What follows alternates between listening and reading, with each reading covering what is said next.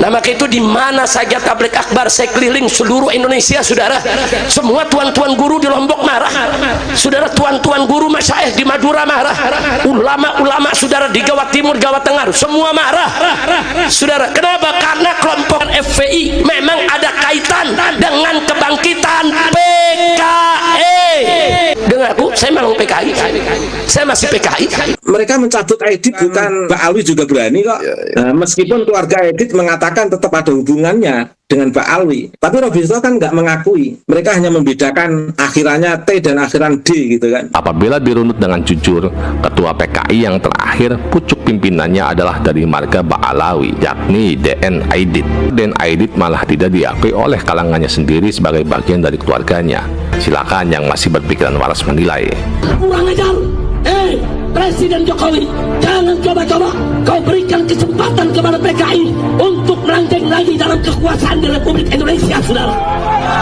Maka itu saya ingatkan kepada semua umat Islam, siapkan senjatamu, siapkan senjatamu. Setiap bulan September saya ini sebelum tesis Imat, Mas, narasi terkait dengan bahaya laten PKI, Mas, sandungan yang dibuat-buat oleh Mbak Alwi, Rizik Syihab, dan para habaib tampil ke permukaan, membangun heroisme seolah-olah pahlawan bangsa mereka ini itu. Inilah Musa Al-Munawar, Habib dari klan Ba'alawi, pemimpin Partai Komunis atau PKI yang ditembak mati oleh tentara karena visi misinya yang ingin menciptakan sistem komunisme ideologi yang sedang dibangun di Yaman pada waktu itu.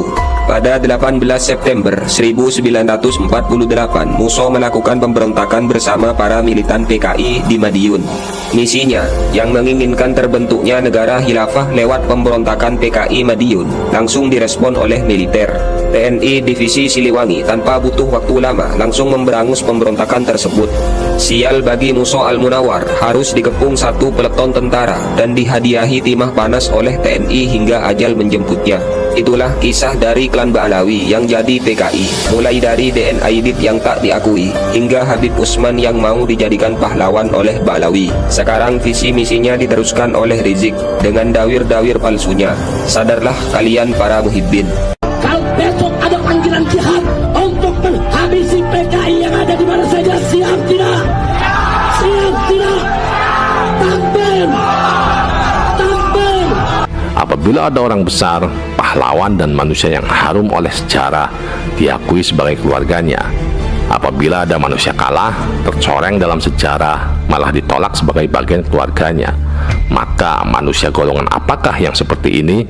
Mari bertanya dengan jujur. Katanya Ba'alawi banyak yang jadi ulama. Apabila banyak ulama Masyumi dan terutama NU menjadi korban konflik dengan PKI, sekarang mari bertanya dalam hening dan senyap. Adakah ulama dari Ba'alawi yang menjadi korban dalam konflik dengan PKI? Silakan cari jawabannya pada rumput yang bergoyang. Dan isunya yang dibuat adalah isu-isu yang bukan isu mereka, Mas, yang nggak pernah mereka alami.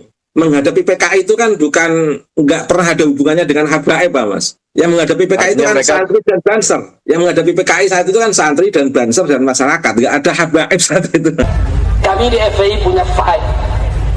Kami kumpulkan bebundal-bundal, satu bundal segini, semua foto-foto dan nama-nama korban ulama-ulama NU, korban kawan-kawan banser yang dibunuh oleh PKI, saudara.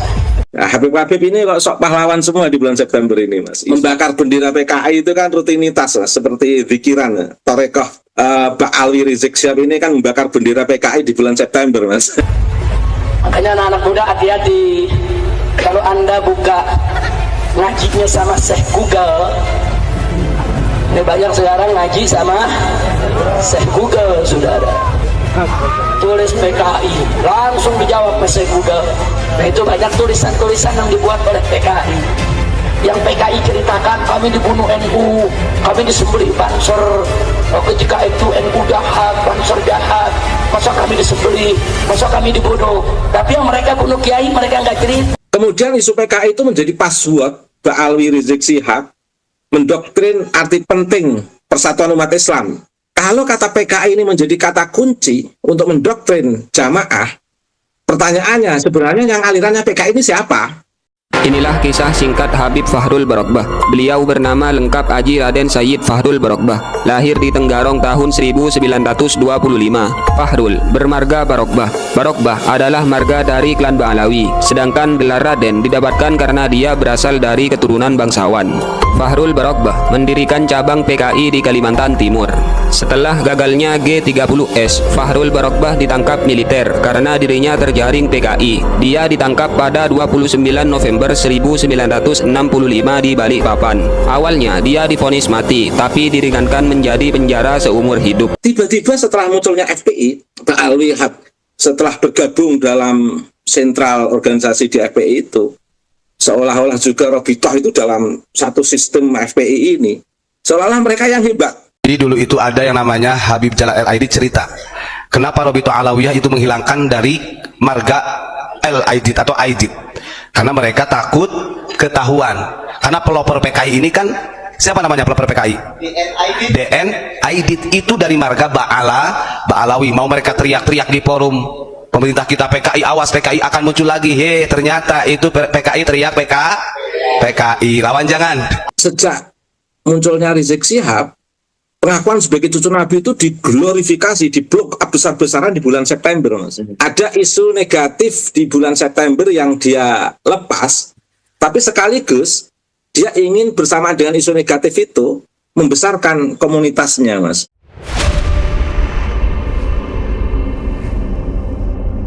Setiap bulan September saya itu, ini sebelum tesis Kiaimat, Mas, saya itu selalu menemukan narasi terkait dengan bahaya laten PKI, Mas. Juga narasi terkait dengan kekejaman PKI. Sehingga bulan yang seharusnya untuk melanjutkan kebahagiaan anak negeri dari bulan-bulan sebelumnya, dari bulan Januari, Februari, Maret, April, Mei, Juni, Juli, Agustus, September, itu harusnya kan tetap September ini bukan bulan sandungan, tapi bulan yang bisa kita lakukan untuk merasakan dan menikmati kebahagiaan sebagai bangsa Indonesia yang cinta damai. Tapi selalu aja setiap bulan September seolah-olah ada sandungan, Mas. Sandungan yang dibuat-buat oleh Ba'alawi, Rizik Syihab, dan di situ ada organisasi yang menopang, yaitu FPI, yang notabene juga banyak Habib yang tampil di situ. Jadi bulan September itu seperti bulan para habaib tampil ke permukaan, membangun heroisme seolah-olah pahlawan bangsa mereka ini itu. Dan isunya yang dibuat adalah isu-isu yang bukan isu mereka, Mas, yang nggak pernah mereka alami. Menghadapi PKI itu kan nggak pernah ada hubungannya dengan habaib, Mas. Yang menghadapi PKI itu kan mereka santri dan banser. Oh iya. Oke. Yang menghadapi PKI saat itu kan santri dan banser dan masyarakat, nggak ada habaib saat itu. Kalaupun ada ya 1-2 untuk numpang-numpang isu kerjaan Habib kan numpang-numpang isu, Mas. Numpang-numpang isu. Nah, tetapi setiap bulan September dalam suasana kita merdeka, seolah-olah PKI saat itu perangnya melawan Habib gitu loh, Mas. Sehingga Habib Ba'alawi dalam konteks ini direpresentasikan oleh Rizik Syihab itu seolah-olah ada semacam kenangan sejarah buruk yang dialami oleh habaib di bulan September 1965, katakan begitu. Nah, yang pernah punya konflik aja sudah santai, Mas. Kiai, santri, banser kan sudah santai, Mas. Iya. Mbah saya itu dulu itu yang dari ibu itu kan dulu banser, Mas, di Rembang. Itu sampai ini ngumpet-ngumpet ke kiai Rembang dari ancaman PKI, Mas. Makanya beberapa kiai Rembang itu kalau ketemu sama saya itu dapat cerita dari ayahandanya tentang sosok nama dari mbah saya ini yang jadi herois yang menyelamatkan kiai-kiai Rembang dari ancaman PKI. Saya sebagai cucu sosok yang punya benturan kuat dengan PKI saja tidak pernah membabi buta di bulan September membenci PKI, Mas. Bahkan Lah kok saya mereka itu yang ini ya. bahkan ketika Mbah saya belum wafat itu pernah ditunjukkan saya tangannya yang pernah dibacok PKI, terus punggungnya itu ini PKI yang bacok. Itu pun saya nggak benci loh sama-sama PKI, padahal anak yang langsung fis berhadapan dengan PKI. Nah, Habib ini kok sok pahlawan semua di bulan September ini, Mas. Isu-isu ini. Kemudian membakar bendera PKI itu kan rutinitas, Mas, seperti zikiran. Torekoh Pak Alwi Rizik Syihab ini kan membakar bendera PKI di bulan September, Mas. Torekohnya. Iya, iya. Jadi ada 2 tarekat di HP Pak Alwi, Mas. Ini. Nah, itu menarik itu ya. Ada Tarekat Pak Alwi yang memang diperjuangkan Habib Lutfi bersama-sama GNO yang sekarang ini baru agak rame. Yang kedua Tarekat Pak Alwi Rizik Syihab, yaitu membakar bendera. Jadi kalau nggak bakar bendera PKI itu seolah-olah merasa dosa mungkin, Mas, itu, Mas. Dan kita juga nggak tahu bendera itu yang jahit siapa, yang membuat siapa, kita kan juga nggak tahu, Mas, itu, Mas. Iya, iya. Karena nggak ada yang memproduksi ya harusnya ya. Nggak ada memproduksi dan saya nggak ada yang meneliti itu yang buat siapa, Mas. Harusnya dari kepolisian ada yang meneliti itu, Mas. Ada yang meneliti. Kan nggak mungkin. Kita bisa menduga lah. Nggak menduga, kan nggak mungkin anak cucu PKI pada buat bendera itu kan nggak mungkin, Mas. So, mereka sudah pada tobat, sudah jadi santri, Mas. Sudah lupa sejarah orang tuanya itu. Ya. Karena kan begitu. Kemudian isu PKI itu menjadi password Pak Alwi Rizik Syihab mendoktrin arti penting persatuan umat Islam. Jadi kata kunci untuk membangun persatuan umat Islam ala FPI itu ternyata kata kuncinya menyebut PKI itu, Mas. Jadi tanpa disadari kata PKI itu menjadi password penting, Mas. Kata kunci. Kalau kata PKI ini menjadi kata kunci untuk mendoktrin jamaah, pertanyaannya sebenarnya yang alirannya PKI ini siapa? Ya. Kan logikanya kalau saya ingin mengajarkan santri-santri untuk mengenal Nabi saya, Nabi Muhammad, sosok yang berakhlakul karimah, penuh etik, dan etika Nabi Muhammad itu etika universal. Nabi Muhammad itu dicintai oleh seluruh alam, yang mencintai tidak hanya umat Islam.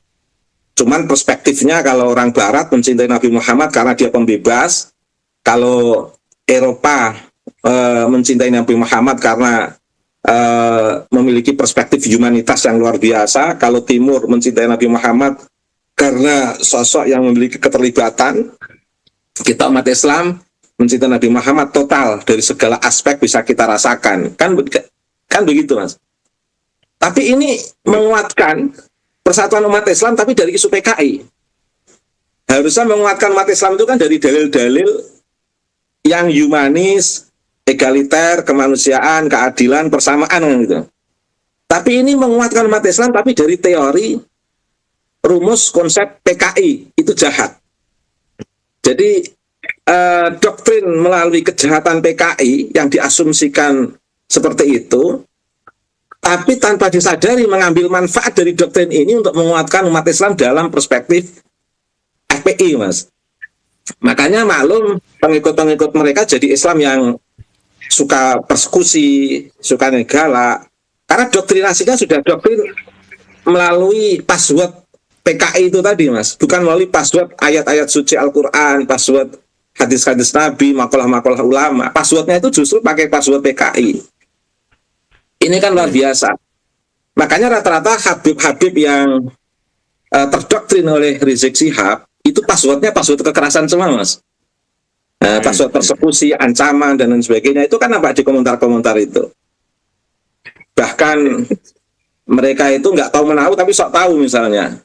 Jadi salah satu komentar ada yang ngomong Obedillah, nama saya disebut, cemburu karena nasabnya jelek, tidak baik, makanya cemburu pada Habib-Habib yang nasabnya baik. Gitu. Nah, itu gitu.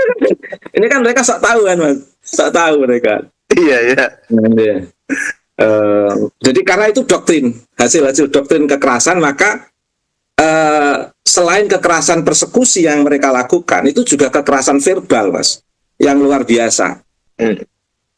Makanya debat ilmiah di Robitoh, Hanifah Latos itu, kalau kita catat, caciannya pada Kiai Imad itu banyak sekali itu. Tidak perspektif ilmiah, tapi lebih banyak cacian-caciannya itu, komentar-komentarnya itu. Ya, karena doktrinasinya melalui doktrinasi terminologi PKI ini tadi, Mas.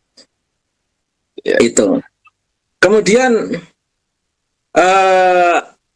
bulan September, pasca tesis Kiai Imad, saya ulang lagi, itu menguatkan peran FPI sebagai organisasi Islam yang anti PKI dan pengabsah mereka yang PKI atau mereka yang bukan PKI. Pertanyaan saya sederhana. Mereka tidak memiliki sejarah benturan dengan PKI.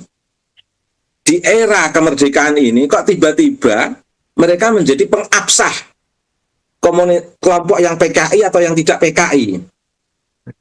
Atau kalau dikembangkan Hanif dalam vis-vis Guru Gembul, seolah-olah FPI atau Habib itu pengabsah orang itu liberal atau tidak liberal, Islam atau tidak Islam.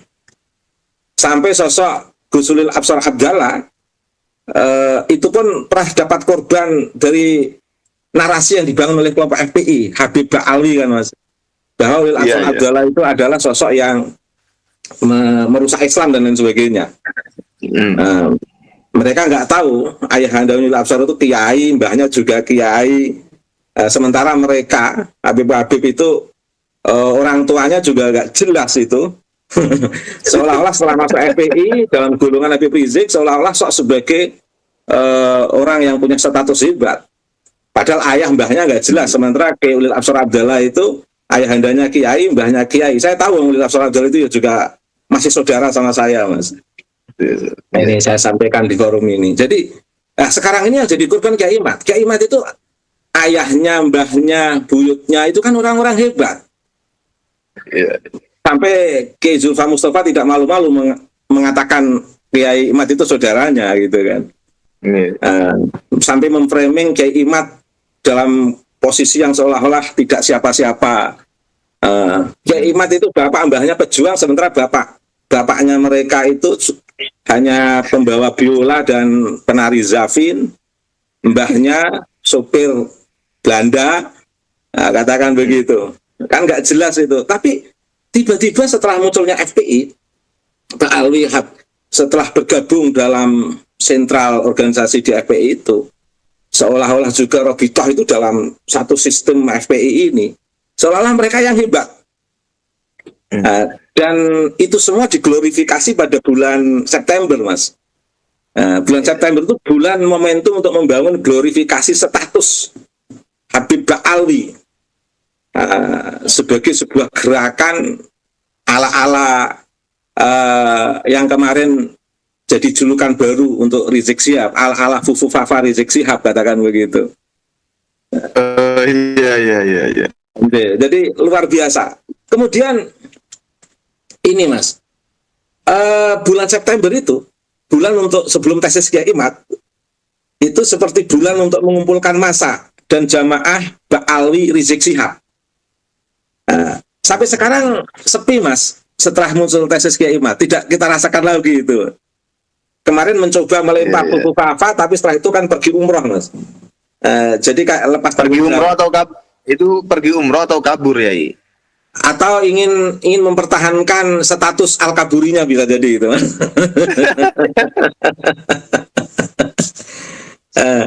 Terus ini, Mas, isu plat G 30 September 1965, isu yang berkah bagi Rizik Syihab untuk menyebarkan iklan gerakan paling Islam dan pemilik kebenaran tunggal serta kekuatan Imam Ba'alwi Rizik Syihab. Ini sebenarnya. Jadi bulan September itu bulan yang keramat untuk Ba'alwi Rizik Syihab, Mas. Dan mayoritas Ba'alwi yang lainnya di Indonesia ini. Karena memang harus diakui banyak Ba'alwi yang tergabung dengan Rizik Syihab, Mas. Banyak atau mayoritas ya? Mayoritas, banyaknya mayoritas, Mas. Atau seluruhnya? secara ideologi gitulah katakan gitu. Saya masih husnudzon dalam secara publik mereka tidak tampak, tapi mereka itu merupakan persetujuan mereka. Kecuali ada Habib Ribu itu kan hanya 0, berapa persenan, Mas. Ya, meskipun tidak semuanya.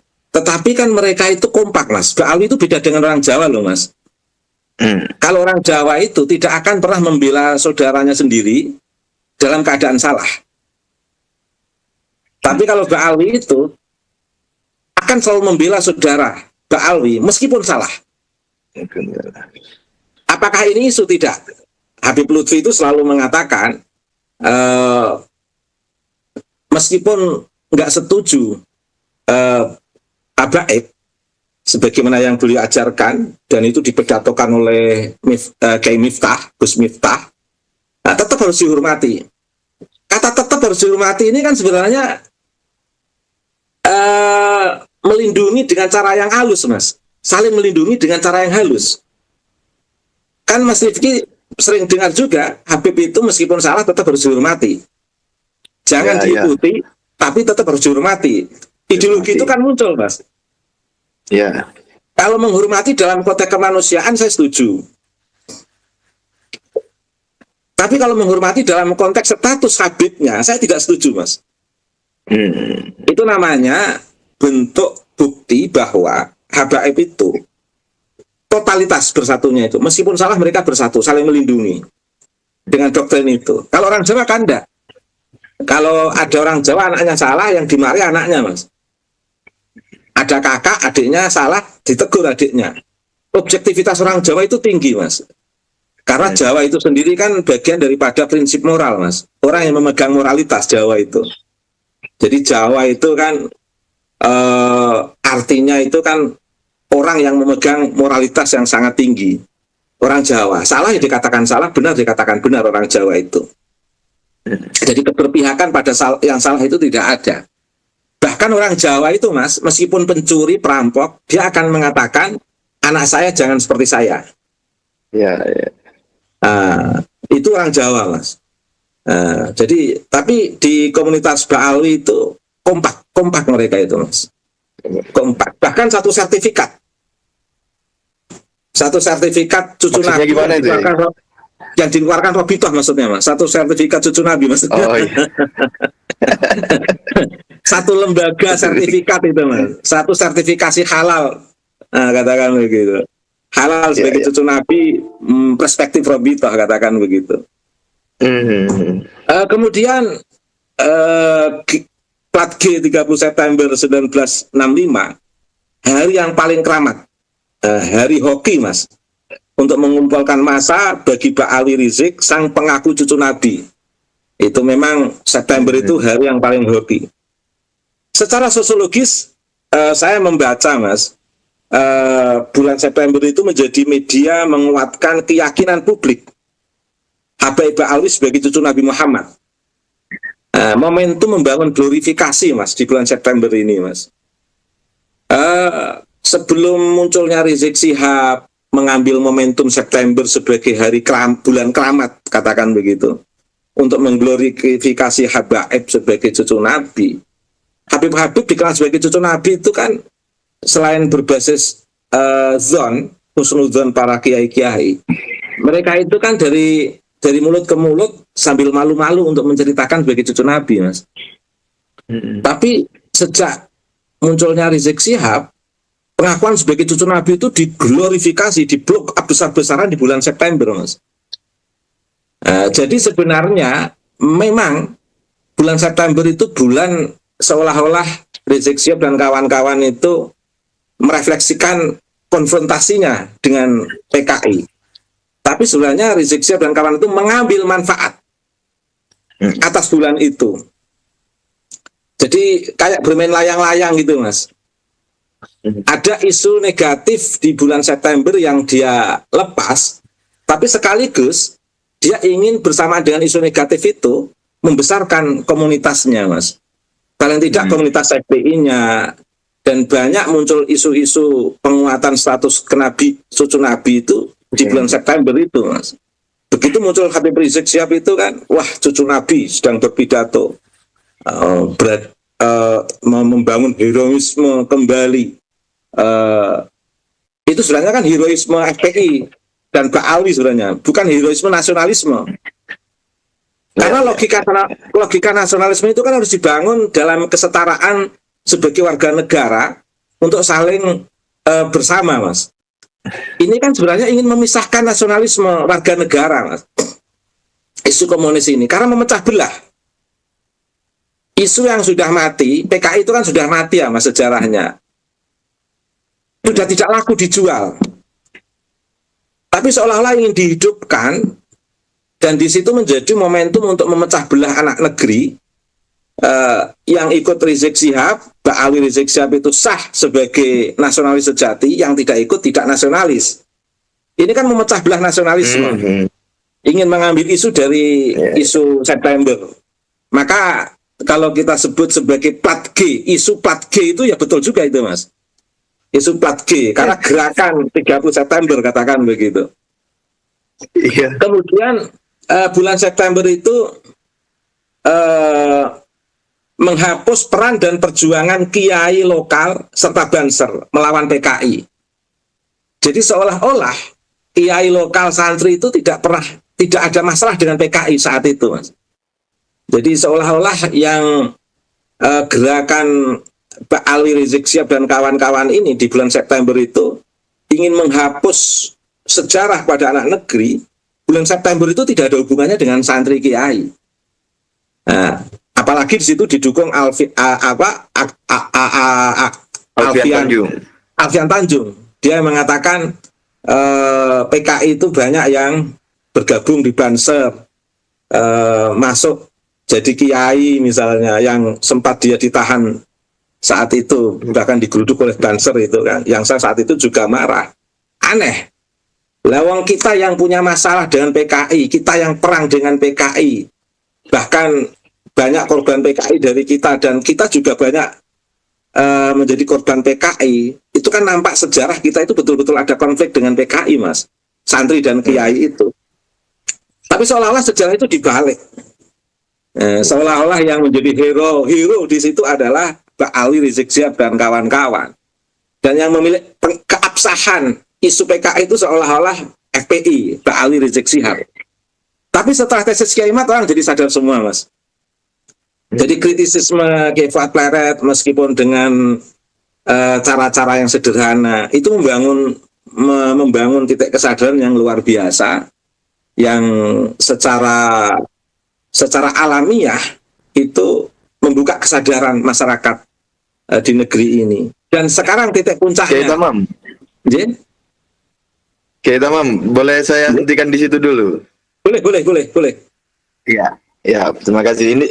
Ini apa namanya itu? Ini tentang pratesis kan. Jadi sebelum kita melangkah ke pasca tesis, saya mau nanya dulu tentang di situasi pratesis. Dari poin-poin yang Yai Tamam tadi sampaikan, saya catat itu ada 9 sampai 10 poin itu. Itu menurut Yai Tamam, tujuan apa yang hendak dicapai oleh klan Habib Ba'alwi via FPI dan lembaga mereka lainnya itu, ya? Ada dua, Mas. Relasi kuasa yang tidak seimbang.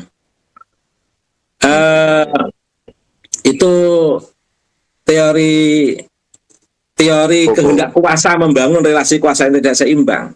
Kalau zaman dulu ingin membangun kekuasaan itu kan lewat peperangan, Mas, lewat kekerasan, anarkisme, bahkan lewat pembunuhan.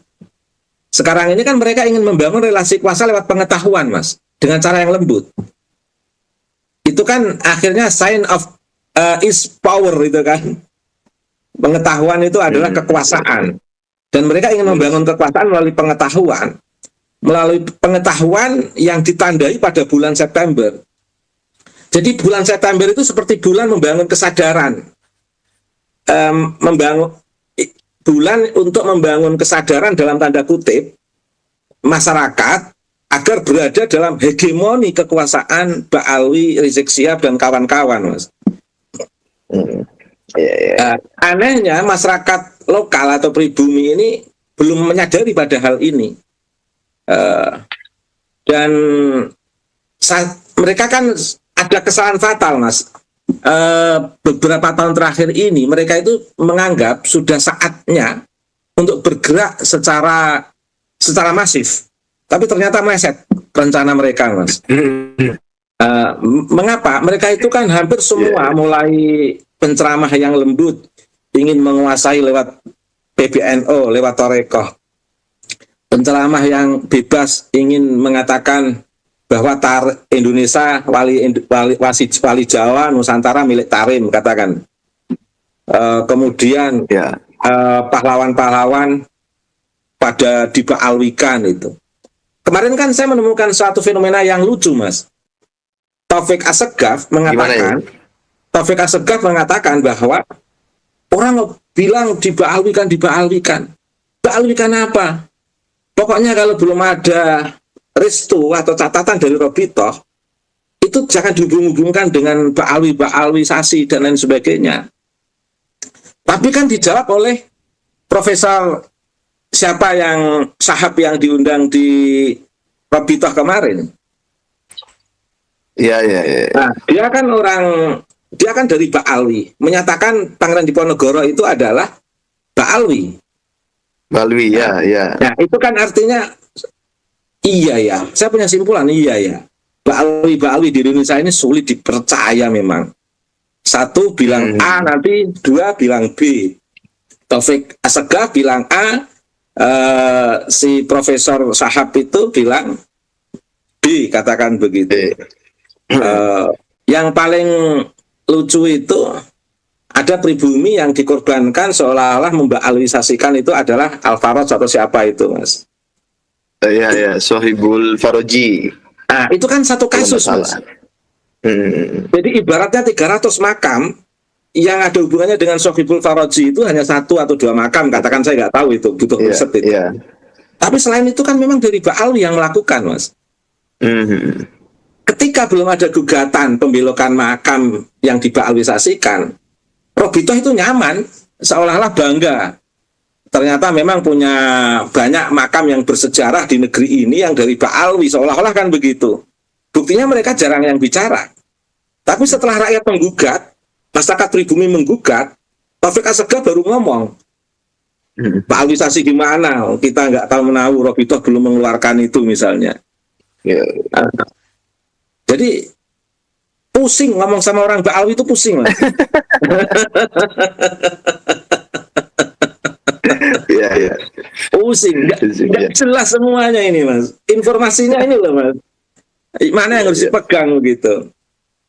Seolah-olah satu sama lain saling mengambil manfaat, tapi juga sebaliknya satu sama lain saling mengelak. Jadi pusing memang menghadapi Baalwi itu pusing. Paling bikin pusing. Gak ada yang bisa dipegang. Iya.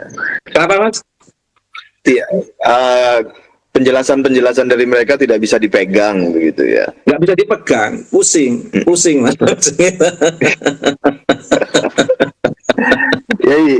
Apa namanya ya?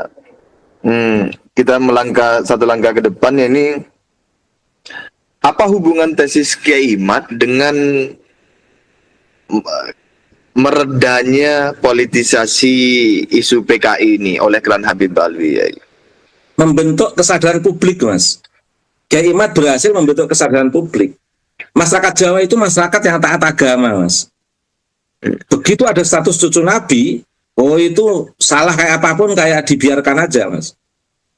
Karena masyarakat Nusantara ini masyarakat yang cinta pada agama, cinta pada Nabi. Saya itu kalau baca sholawat itu masih bisa nangis, Mas.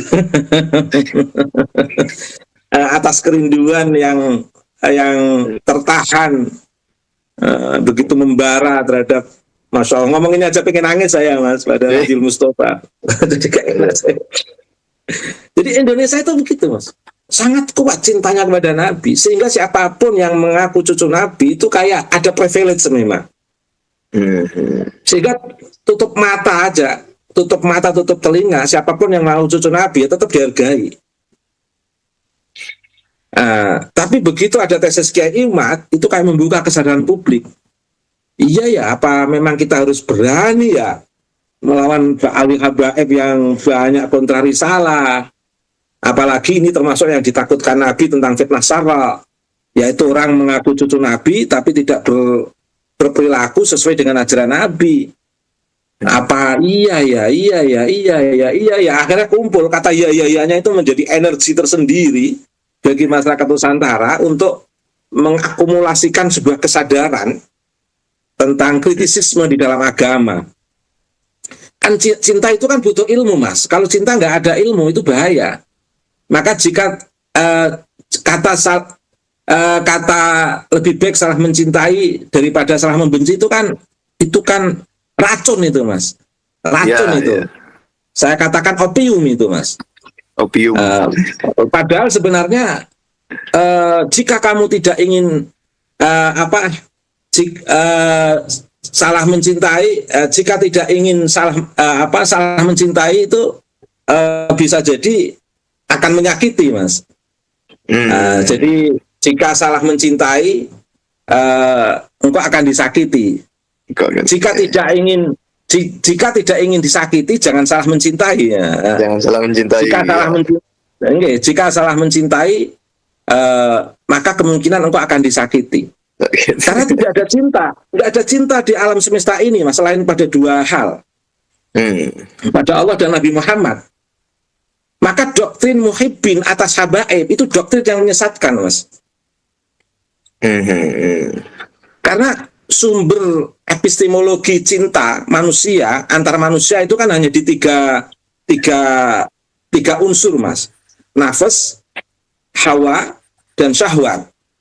Jadi cinta kita antar manusia itu karena didorong oleh syahwat, didorong oleh kehendaknya, dan didorong oleh angan-angan, al-hawa, Mas.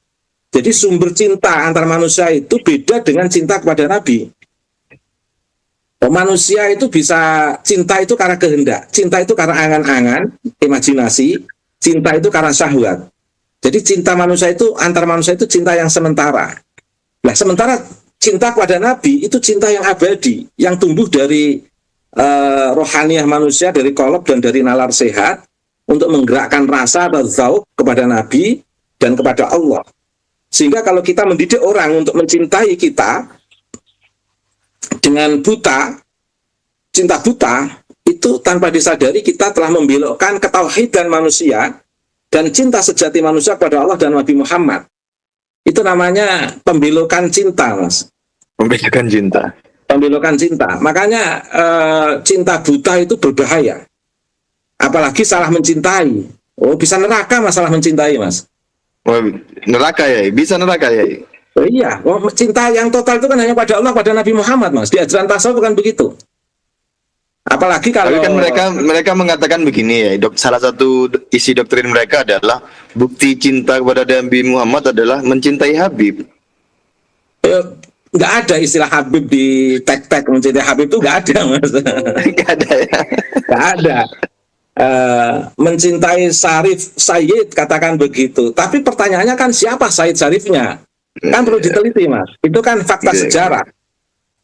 Tidak bisa pakai dalil. Mencintai zuriyah Nabi memang ada dalilnya, tapi siapakah zuriyah Nabi itu tidak ada dalilnya, Mas. Dalilnya dalil sezaman, itu dalil yang harus melalui fakta historis. Dalil yang melalui fakta historis harus betul-betul empiris itu. Dialognya kan begitu nanti akhirnya, Mas. Ya, Tamam. Kembali ke topik utama, yaitu tentang politisasi isu PKI. Pasca tesis Kiai Imad, menurut Yai Tamam, apa yang terjadi di klan Habib Alwi sehingga mereka tidak lagi mempolitisasi isu PKI, atau setidaknya mengurangi volume isu itu tersebut di ruang publik? Iya, dalam kondisi apapun tesis Kiai Imad itu bukan tesis abal-abal, Mas. Kalau tesis abal-abal nggak mungkin sampai menghabiskan dana membuat seminar Robitoh itu, Mas. Kalau itu nggak tesis abal-abal, kalau itu tesis abal-abal nggak mungkin memancing pihak Robitoh atau siapa menerbitkan buku yang akan dibagikan ke kiai-kiai sebagaimana dijanjikan oleh Hanif Alatas itu dan PDF yang disebar. Saya belum ketemu PDF-nya itu, Mas. Itu kan anggaran yang tidak sedikit, Mas. Artinya apa? Tesis Kiai Imad itu betul-betul direspon secara serius dan mewah, bukan tesis abal-abal, Mas. Kalau tesis abal-abal nggak mungkin dapat respon, Mas. Direspon itu kan karena ada kekuatan yang luar biasa, Mas. Kalau tesis Kiai Imad abal-abal, nggak mungkin para YouTuber itu pengen mengupload terus pikiran-pikiran Kiai Imad. Bahkan isu politik, Mas, itu kalah dengan isu nasab, Mas, di negeri ini, Mas, sekarang ini. Isu politik. Dari mana saya tahu? Di Pada Suka saja, Mas. Itu kalau bicara politik, itu penontonnya 5.000, 7.000. Tapi kalau bicara nasab Kiai Imad, 60.000, 70.000. Masyarakat antusias gitu ya, dan engagementnya tinggi juga itu. Mengapa begitu? Karena masyarakat banyak yang jadi korban, Mas. Kalau masyarakat tidak mengalami korban itu nggak mungkin itu mereka antusias. Karenanya tokoh-tokoh yang masih membela nasab Habaib Ba'alwi itu tokoh-tokoh yang nggak tahu problem masyarakat itu menurut saya, Mas. Hidup di menara gadingnya sendiri begitu ya. Menara gadingnya sendiri, nggak tahu problem masyarakat. Maka saya bisa membedakan, Mas. Saya secara pribadi masih komunikatif dengan beberapa habaib dan mereka masih senang jadi tamu saya, sering ke rumah saya. 1 bulan itu 10 habib yang di rumah saya loh, Mas. Jadi dawir apa enggak ya? Enggak. Mereka alasannya kangen, Mas. Alasannya kangen. Enggak. Dan dawir enggak. Ya. Makanya mereka yang mengaku sebagai muhibbin itu mesti kalah dengan saya, Mas. Mesti kalah. Saya itu kurang apanya gitu, kan begitu. Jadi malu mereka yang mengaku sebagai muhibbin membela buta. Tapi kan saya bisa membedakan antara tamu saya yang saya hormati, mereka sudah menganggap saya sebagai saudaranya, dengan problem masyarakat. Kan saya tidak bisa dengan posisi keakraban dengan habaib, kemudian problem masyarakat tidak ikut saya jawab. Saya kan punya kewajiban menjawab problem masyarakat, Mas. Habaib ini kan problem sosial masyarakat, Mas. Sudah menjadi patologi sosial begitu ya? Sudah levelnya di situ ya? Sudah menjadi problem sosial masyarakat, Mas. Makanya kadang-kadang kalau saya ingat Mas Rifki dan kawan-kawan, itu saya senang. Kok masih mau ada orang yang ikut mendampingi masyarakat dengan semampunya, sesuai dengan kapasitasnya. Sementara, mohon maaf, negara, kiai yang memiliki kebijakan, itu mereka diam. Nah, kalau ingat ini, saya pengen nangis, Mas. Saya pengen nangis. Tapi kalau teringat Mas Rifki dan kawan-kawan, itu kayak terhibur saya. Saya teringat Kiai Imad, saya kayak terhibur. Makanya dengan Kiai Imad itu saya tidak kangen secara personal, Mas, tapi kangen dalam konteks kualitas tesis beliau yang mampu membentuk kesadaran masyarakat. Itu yang membuat saya terharu, Mas. Jadi luar biasa. Jadi ini problem masyarakat loh, Mas. Problem HPI, problem masyarakat. Bisa kita katakan penyakit masyarakat sudah menjadi level penyakit masyarakat ya? Dari sisi oknum-oknumnya sudah menjadi penyakit masyarakat, Mas. Jadi dari sisi oknum-oknumnya sudah menjadi penyakit masyarakat, Mas. Ya, Imam, setelah munculnya tesis Kiai Imad ini, apa yang mempengaruhi klan Habib Ba'alwi sehingga mereka tidak mempolitisasi lagi isu PKI ini, Yai? Masyarakat sudah sadar. Masyarakat sudah sadar. Karena Habib juga takut kalau mereka menggunakan isu PKI, masyarakat akan jawab mbahmu begitu. Pelakunya itu mbahmu itu artinya adalah pelakunya ya leluhurmu gitu ya? Nah, iya, maksudnya kan begitu, Mas. Masyarakat kan sudah sadar sekarang ini.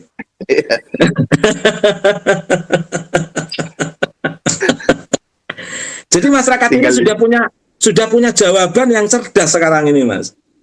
Jadi kalau nanti ada Habib yang ceramah di sosial media tentang isu PKI, masyarakat sudah bisa menjawab sambil nonton. Mbahmu dewe ya. Itu. Lah gimana? Santri kiai inilah yang bermusuhan dengan PKI, Mas. Mbah saya itu betul-betul perang dengan PKI, Mas. Sampai jaga rumah-rumah kiai di Lasem, di Rembang, di Tuyuan, di Pamotan loh mbah saya itu, ngordinir itu. Maka beberapa kiai yang ketemu saya dapat cerita dari ayahnya atau mbahnya, itu cerita dulu mbah jenengan, wah saya diceritakan abah Gus, mbah jenengan itu begini begitu. Tapi kan saya nggak pernah membuat isu anti PKI, kan nggak pernah saya, Mas. Kalau dari klan Habib Alwi sendiri tidak ada ya, tidak ada yang berbenturan dengan PKI atau menjadi korban PKI ya, setahu dia Tamam. Yang jelas dalam sejarah tidak saya baca. Iya, saya juga begitu sih. Ya, membacanya dari sejarah saya, Mas, dari sejarah. Yang nampak kan Banser, Kiai, Jawa Timur, Jawa Tengah. Habib-habib saat itu kan banyaknya di Jakarta, Mas. Jakarta kan nggak ada problem benturan dengan PKI ya, Mas. Gimana ya? Mohon diulang. Problem benturannya dengan PKI kan ada di Jawa Timur, Jawa Tengah, Mas.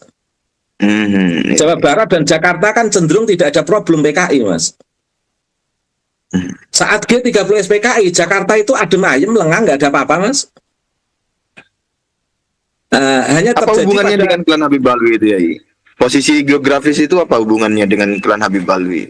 Ya karena banyak Habib Alwi itu kan banyak di Jakarta, Mas. Banyak di Jakarta, Batavia, karena memang saat itu Utsman bin Yahya itu kan pahlawan bagi Habib Alwi, Mas. Makanya Habib Alwi itu paling membela mati-matian Utsman bin Yahya sampai sekarang ini. Contoh kecil gini, Utsman bin Yahya itu dari banyak catatan dan sejarah itu kan terkenal sebagai antek Belanda, Mas. Itu real empiris. Kalau saya katakan sebagai antek Belanda, saya nggak bisa disalahkan. Sejarahnya begitu. Jadi tidak ada orang di negeri ini yang akan bisa dihukum gara-gara mengatakan Utsman bin Yahya adalah antek Belanda. Karena real. Kecuali kalau tidak real dalam sejarah, kalau saya mengatakan Utsman bin Yahya adalah antek Belanda, saya bisa dipolisikan, Mas. Tapi sekarang ini nggak ada orang yang bisa dipolisikan gara-gara mengatakan Utsman bin Yahya adalah antek Belanda. Mengapa? Karena real. Karena real Utsman bin Yahya antek Belanda, dari surat-suratnya kepada Belanda, dari gajinya dari Belanda. Bahkan dia itu sangat senang sekali menggunakan simbol salib di sakunya itu, Mas. Notabene atas nama pengarang kitab-kitab, katakan begitu. Ya Tamam, setelah pasca tesis Kiai Imad, situasi apa yang Yai Tamam identifikasi sekarang ini terkait dengan isu PKI itu, Yai? Alhamdulillah, Mas. Sekarang ini nggak ada isu nonton bareng G30 SPKI. Mungkin malah nanti sebaliknya ada diskusi bareng tentang Hablo Grup G 30 SPKI. Haul Hablo Grup G30 SPKI. Nanti kita bikin tuh.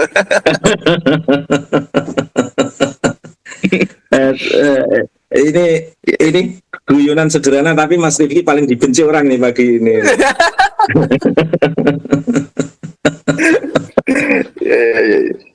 Tapi real, Mas. Tapi real. Sekarang ini adem, Mas. September yang indah sekarang ini.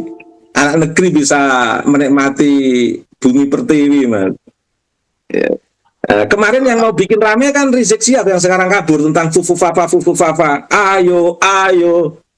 Kan yang Fufu Fafa, kan yang sekarang juga dan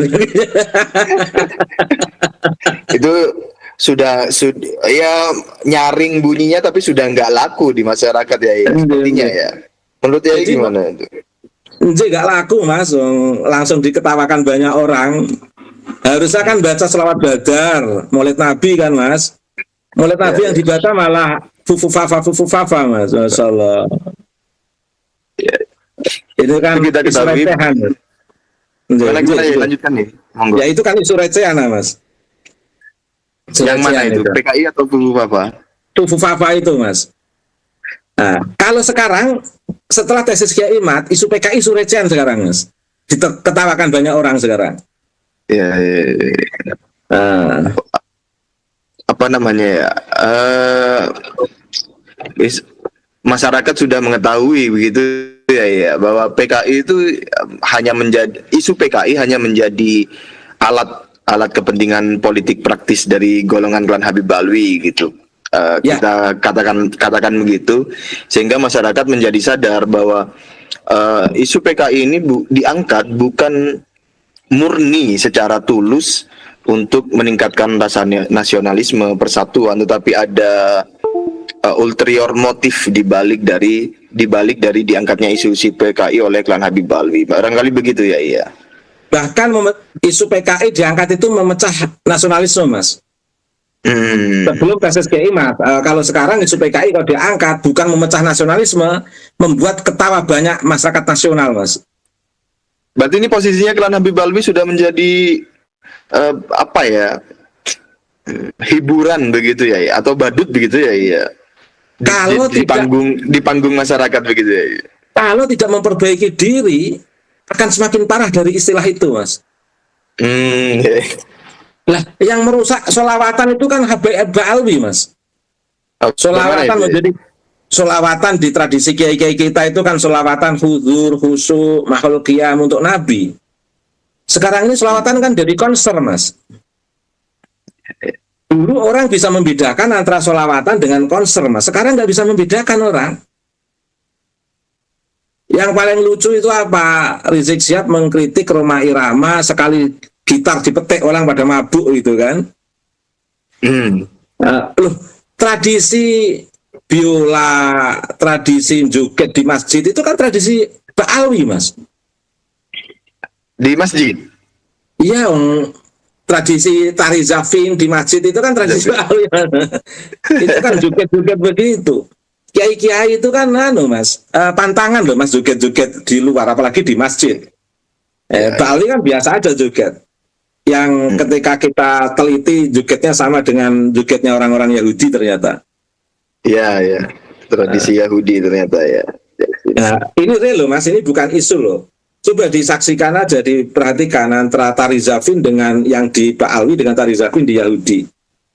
Ya, itu banyak sudah diposting oleh teman-teman YouTuber lain itu kan, perbandingan komparasi tari zafin dan Habib Alwi dengan tarian Yahudi itu. Dan memang persis ya itu.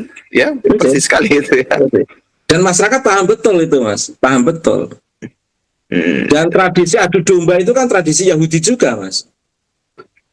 Oh, bisa dielaborasi mungkin sedikit ya? Oke. Politik Yahudi itu politik adu domba sejak Nabi Muhammad, Mas. Makanya ada muncul walan tardo angkal Yahud walan nasara hatta tabi amilatahum itu kan, Mas. Jadi orang Yahudi Nasrani itu tidak akan rela kepada kalian kecuali kalian mengikuti kelompok mereka. Jadi fanatisme kelompok itu kan luar biasa Ba'alwi. Meskipun saya tidak mengatakan Ba'alwi itu Yahudi, tapi paling tidak ada orang mengatakan Ba'alwi itu Yahudi. Setidaknya dari blog grupnya itu blog grup Yahudi, katakan begitu. Tapi kan saya masih mengatakan Yahudi itu kan tidak dalam konteks negatif, Mas. Itu kan sebenarnya identitas kebangsaan saja, identitas kelompok saja, seperti orang Jawa, gen gitu ya. Identitas gen nggak apa-apa sebenarnya. Yang membuat asumsi Yahudi jelek itu kan Ba'alwi sendiri, Rizik Syihab, Mas. Dia itu kan kampanyenya Yahudi pesek, itu seolah-olah Yahudi itu negatif. Iya. Dulu itu juga Gus Dur itu disebut antek Yahudi kalau tidak salah ya. Artinya istilah Yahudi sebagai istilah negatif itu kan dari mereka sebenarnya, Mas. Iya. Mereka yang menanamkan itu ya. Kita tidak pernah memiliki persepsi Yahudi itu negatif. Iya. Mereka yang menanamkan itu. Nah, sekarang ternyata betul istilah Jawa itu, Mas, geting sumanding. Gimana itu ya? Benci itu akan membuat lebih dekat. dari orang yang dibenci. Mereka membenci Yahudi sampai menyebut istilah Gus Dur anti-Yahudi. Ternyata haplogrup G milik Yahudi, katakan begitu. Tapi meskipun demikian, Mas Rifki, kita tidak pernah mengasumsikan bahwa Yahudi itu negatif loh, Mas. Yahudi tetap sebagai sebuah komunitas yang memiliki nilai kemanusiaan yang harus dihargai nilai kemanusiaannya. Dalam sisi politik tentu berbeda sama saya. Politik Yahudi memang politik yang ada unsur tidak manusiawi terhadap Palestina. Tapi sebagai sebuah komunitas, mereka punya hak kemanusiaan. Paradigma negatif itu kan yang mereka yang menyebarkan itu dari dulu ya. Iya, bukan kita ya. Bukan kita. Sehingga kalau akhirnya mereka menyebarkan paradigma negatif tentang Yahudi, akhirnya mereka sekarang haplogrup Yahudi, ya itu peringatan dari Allah langsung itu, Mas, bukan dari kita. Kan yang membuat itu bukan kita, Mas. Iya. Yang membuat itu bukan kita. Itu sudah desain Allah dalam fenomena tes DNA itu. Tapi sampai detik ini, ketika Gus Abbas menyebut bahwa haplogrup Habaib itu adalah haplogrup Yahudi, sebagaimana beliau kutip dari hasil tes DNA mereka, itu bukan dalam konteks kebencian sebenarnya. Tapi dalam konteks real DNA, bukan real kebencian. Tapi real DNA, bukan real kebencian. Yang mengistilahkan Yahudi dalam konteks negatif, stereotip negatif itu kan mereka sebenarnya. Iya. Ya itu tadi apa namanya? Istilahnya apa? Geting sumanding. Geting sumanding bahasa Jawanya, Mas. Geting benci membuat jadi lebih dekat itu, begitu ya? Iya. Benci itu membuat. Kalau ini kasusnya di klan Habib Alwi ini bukan membuat jadi lebih dekat, tetapi menjadi itu sendiri begitu.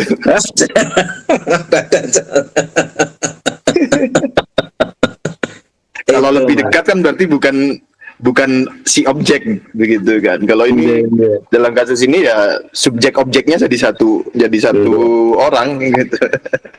Tapi yang perlu dipahami, Mas, kita masih menganggap Habib itu min ummati Nabi Muhammad. Kita nggak boleh dalam kondisi apapun mereka sebagai bagian dari bangsa, sebagai bagian dari anak bangsa, mempunyai nilai kemanusiaan, itu harus betul-betul kita pegang teguh. Tapi bahwa mereka bukan cucu Nabi dari 3 kajian itu juga nggak bisa ditolak. Realitas sejarah peradaban manusia terkait dengan tema Habaib Alwi sekarang ini, Mas. Nah, persoalan hubungan relasi antar manusia itu tetap harus kita jaga untuk saling mencintai, menyayangi. Tapi kan nggak apa-apa kan, Mas, kalau kita punya kesimpulan mereka bukan cucu Nabi, wong yang mulia itu bukan cucunya, tapi iman dan ilmu dan takwanya kan, Mas. Iya. Meskipun sesama umat Islam, sama-sama umat Nabi Muhammad gitu. Meskipun begitu kan uhuwah Islamiyah itu tidak menghalangi untuk ditegakkannya keadilan dan kebenaran kan, Yai? Ya, betul, Mas. Betul. Jadi karenanya kita membangun ukhuwah. Saya menerima tamu dari Habaib Alwi. Tapi kebenaran kan tetap harus disampaikan, Mas. Kebenaran keadilan juga kan, ya. Maksudnya yang salah, yang benar begitu kan. Salah, benar. Itu kan tradisi Jawa, Mas. Beda tradisi yang selama ini ada di Pak Alwi, itu kan yang salah bisa menjadi benar kalau itu saudara. Misalnya cacian Bahar Smith pada Bang Haji Roma Irama itu kan salah, Mas. Tapi oleh Rizik Syihab tetap dibela. Tentang pernyataan yang mana, ya? Tentang pernyataan Roma Irama menceritakan secara publik tentang dia pernah terkait dengan privilege habaib yang pernah ditawarkan Roma Irama itu loh, Mas. Itu kan disampaikan oleh Roma Irama terakhir juga. Tapi kan mereka membela Sama Robitoh ketika Guru Gembul menyampaikan tentang Rizik Syihab, Bahar Smith, Hanif Alatos, Novel Al-Idrus, katakan begitu. Robitoh itu kan hanya merasa itu salah, tapi kan ada suasana ngelesnya. Tapi siapa? Kami kan sebagai organisasi hanya mengingatkan, tidak bisa berbuat apa-apa misalnya. Tapi kan Robitoh yang mengeluarkan sertifikat itu, konsekuensi dong, bertanggung jawab terhadap sertifikat yang dikeluarkan dong misalnya. Mengapa mereka nggak berani secara kenasaban, hubungan langsung itu tanggung jawab Bahar Smith kepada Allah, tapi dalam konteks catatan Robitoh kami cabut karena nggak sesuai dengan akhlak Nabi, kan tidak apa-apa. Mencabut sertifikat, bukan mencabut pengakuan nasab, kan tidak apa-apa sebenarnya, Mas. Bagi sebuah peringatan misalnya. Mereka itu kalau mungkin itu kalau gimana ya? Mereka mencabut ID bukan Pak Alwi juga berani kok. Aidit ya. Kan? Nah, meskipun keluarga Aidit mengatakan tetap ada hubungannya dengan Pak Alwi, tapi Robitoh kan nggak mengakui. Mereka hanya membedakan akhirannya T dan akhiran D gitu kan.